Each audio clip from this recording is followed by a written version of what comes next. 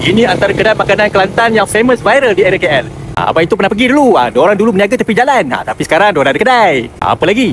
Jom Abang itu tunjuk kat korang. Pulut pagi. Pulut pagi Dia letak apa ni? Pulut, kelapa, kacang merah. Kalau macam ni berapa dia? RM5. Apa lagi yang ada kat sini special? Macam-macam special. Kita punya menu lebih 25 lebih menu. Oh, ni apa ni? Ni ikan masin gulai nanas. Yang ni kepala ikan tongkol. Daging gulai kawah. Ni itik. Masak kerutuk. Kambing? Kambing gulai. Ayam kampung gulai. Oh, ini paling special ni. Gulai ikan tongkol Lemak bakar. Kita bakar fresh. Dia punya pulut pagi kan berlemak, manis.